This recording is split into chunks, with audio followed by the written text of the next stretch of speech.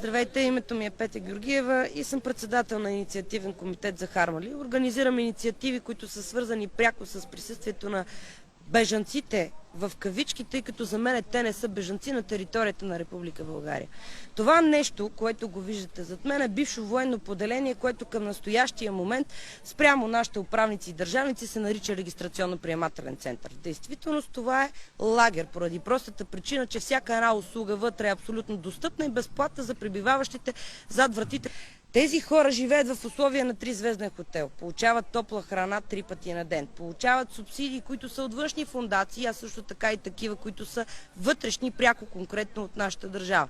Тези хора се ползват с привилегии, с които никой един български гражданин, намиращ се на територията на Република България, не разполага. Разполагат с права, с които дори малцинствата ромски, помашки и турски, които се намират на територията на Република България, не разполагат. Според Държавна агенция за бежанците, присъствието в този лагер, който се намира зад мен, е в порядъка между 1500 и 2000 човека. Истината е, че присъствието в този лагер е над 3500.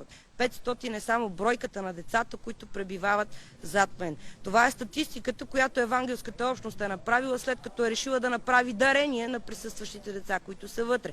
И именувани по имена и заведени по картотека, те са 500 човека. Зад мен има 3000 човека, по груба сметка, с неясен произход, с неясна легитимация, хора, които никой не знае какви са в действителност, никой не знае каква заплаха всъщност са за България, никой не знае какви болести носят, тъй като цялото ни законодателство е променено в тази насока тези хора да пребивават тук и завинаги на територията на тази държава. Хората, които са зад мен, са мюсюлмани, с неясна кастова принадлежност. Тоест има мюсюлмански общности, които са крайно радикално ислямистки настроени.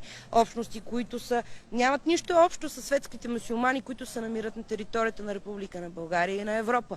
Има хора, които са многоженци, имат по 4 жени, по 30 деца. Има хора, които си закърмят децата с калашници и на 5 години им връчват мачете, за да режат човешки глави.